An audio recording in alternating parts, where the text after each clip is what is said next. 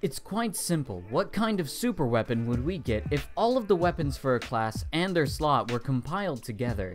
This video series aims to explore exactly that, so let's see what kind of horrible contraptions we would concoct. Some of you mentioned that you enjoyed me reading off the stats or that you couldn't actually see them from a mobile phone view, and that is my mistake. I was trying to be more efficient, but there's no point in doing it if you can't understand what I'm talking about, so I will be reading off the stats once more. My apologies for any inconvenience this caused for anybody. Also, a huge thank you to Piss the Almighty for making the weapon models coming up. For our primary weapons, we actually have two. The first up is the Demoman's Lock-in Iron Cannon Launcher. Its base attributes are that the grenades have zero fall off on a direct hit, and grenades do not explode on impact. Instead, grenades will have a fuse time of 1 second, and fuses can be primed to explode earlier by holding down the fire key. It does have some pretty remarkable positives in that it deals 20% more damage to buildings, and grenades have a 45% faster grenade travel speed. Just as well, if a grenade deals both impact and explosive damage to an enemy within half a second, explosive damage will be a mini crit. Grenades will also push players back on impact, and the grenades will explode 30% faster. But it does have some negatives that bring this down. It has a 25% smaller clip size, the explosion radius is down by 40%, the bombs will shatter on surfaces, and they do not explode on the initial impact. Because both of the lock and load and the loose cannon have such unique mechanics attached to them, it made their combination really odd. What we'd end up with is a much stronger loose cannon, but it requires perfect aim and timing. In order to be of any effect, it would not only have to hit a player, but it would also have to be well timed. It would also have to be within short to mid range, because the pill would not last very long in the air. But because pills travel so much faster, it is more likely that you will hit a target, and because the explode time is quicker, your chances of double donking are actually significantly higher. It is a perfectionist weapon, and it is definitely still viable if you can hit somebody. Oh, and there's another reason why it'll be perfectionist weapon once I get to the melee section.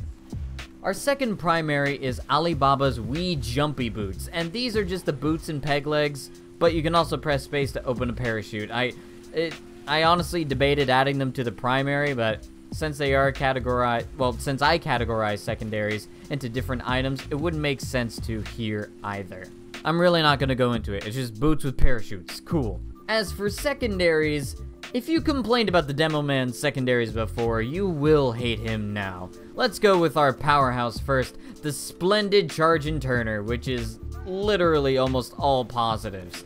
The secondary fire, with any weapon deployed, makes the player charge forward at a high speed. During the charge, the next melee swing is a guaranteed mini-crit at 25% charge, or a critical hit at 60% charge. Any enemy hit with shield charge takes up to 85 damage, and it scales by distance, with additional damage based on the number of heads collected. However, it does not grant resistance to self-inflicted damage.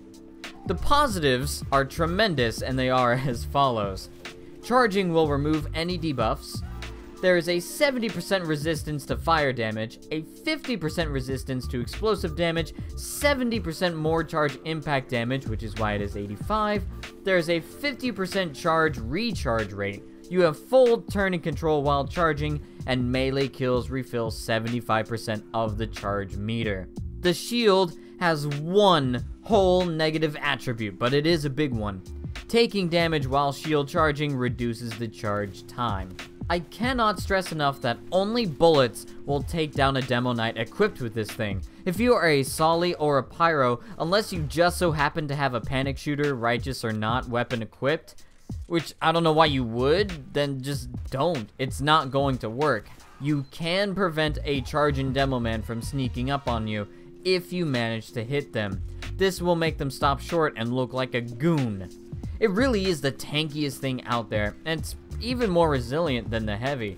You will notice that the fire and explosive damage resistances are 15% lower than what they should be, and this is thanks to the Demoman's melee, which we will get into shortly. His sticky bomb launcher, which we will now name the Quickie Resistance, is no less threatening either. Primary fire launches the bombs, and secondary fire makes all armed sticky bombs under the crosshair, directly under your feet as well, explode at once. Holding the primary fire launches the bomb even farther. Sticky bombs will stick to most surfaces and remain ready until the player detonates them or dies. Stickies are visible through walls and any obstacle, which is always nice.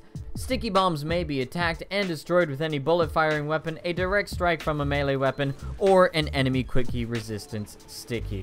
The following positives are that, yes, it can destroy enemy stickies. You can have up to 14 sticky bombs out at once. There's 50% more ammo carried, sort of. There's a 25% faster firing speed. A max charge time is decreased by 70%.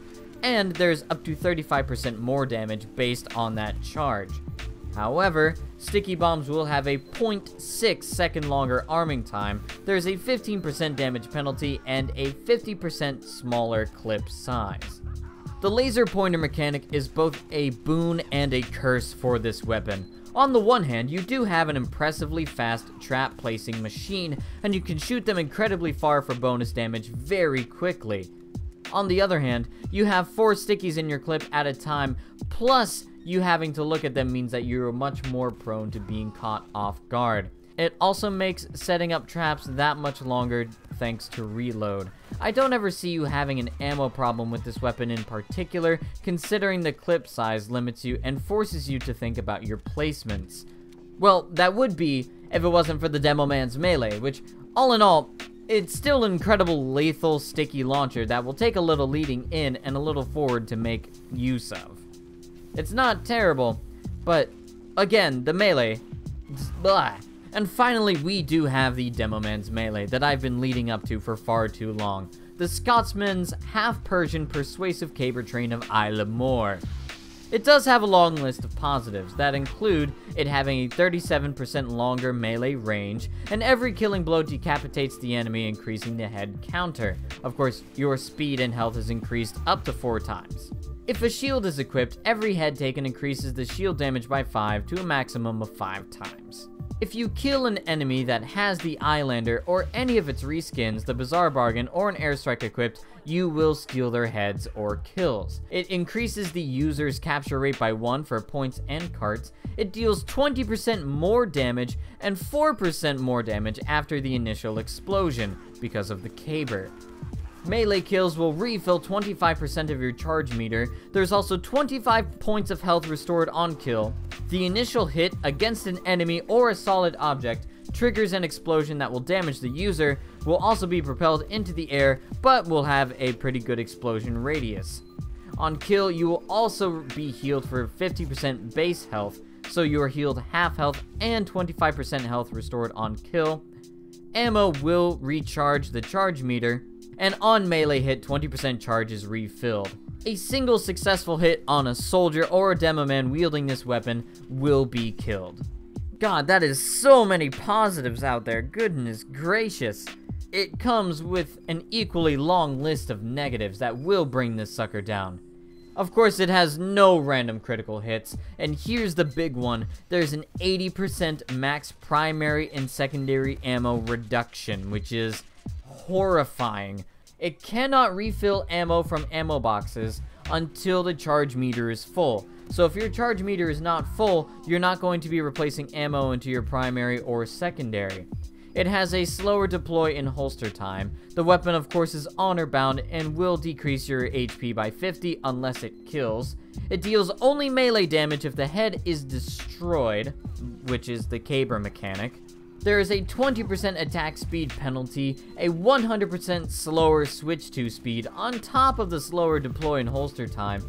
There is a 15% damage vulnerability while active. It lowers your movement speed by 15% while active. It raises your bullet vulnerability by 10%, which stacks with the damage vulnerability, and upon death, your heads and their bonuses will reset, and it lowers your maximum health by 25 points. Golly, there's so many positives and negatives here. On the one hand, this melee is a god weapon when you have the charge available. It deals more damage and restores health and charge on kill, and it even restores a little charge on hit. And it also allows you collect another heads of a Demoman or anybody else that have heads out there, and you explode people upon hitting a person. If you are wearing a shield, it still won't help you because, well, the caber damage will not be minimized because there is no self-damage resistance for the shields, but, you know, it still helps a little bit. Your new damage will also be 4% higher after the initial boom, thanks to the caber's damage reduction mechanic, but that explosion will definitely kill people, especially if you slam them with a shield beforehand. On the flip side, this weapon takes forever to switch to, and you have a flat 15% damage vulnerability increase, plus a 25% bullet damage increase, since damage and vulnerability and raw damage would stack in this case. This is why the shields are 15% lower than what they normally would be. The Persian Persuader's ammo penalty hurts the Demoman as a whole, incredibly so, and this makes him vulnerable regardless. It really makes it hard having this melee to justify using the sticky launcher, because without using the shield, you lose out on so many of the benefits that this weapon can offer. It also sucks that the honor bound system means that you will be losing health every time that you whip this out, so you better have a kill lined up, or it just won't happen.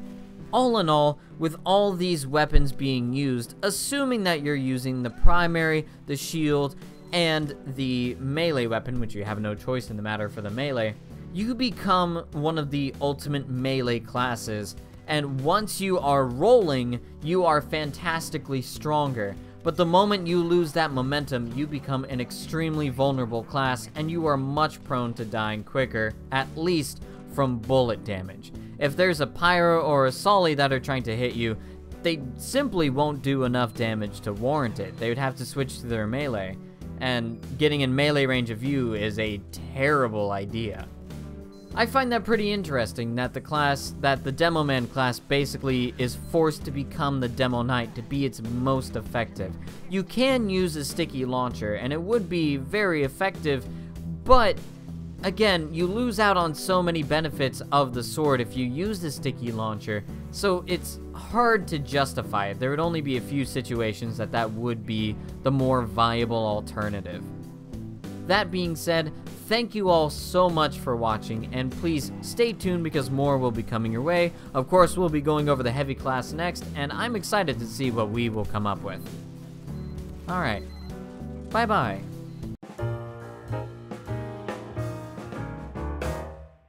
Congratulations to Puppets for his incredible unboxing luck as of recent. I hope that all goes well for you, sir. He unboxed an unusual and an assassin grade within short order of one another, which is incredibly lucky. And consider letting me know about your own awesome accomplishments in the Space Barber Steam group. A link is in the description below. Also, if you like what I do and want to support me, please consider my marketplace.tf page. A link to my shop is in the description as well. Some new items will be up later this evening. As always, thank you all so much for watching, and please stay tuned because more will be coming your way. Bye bye.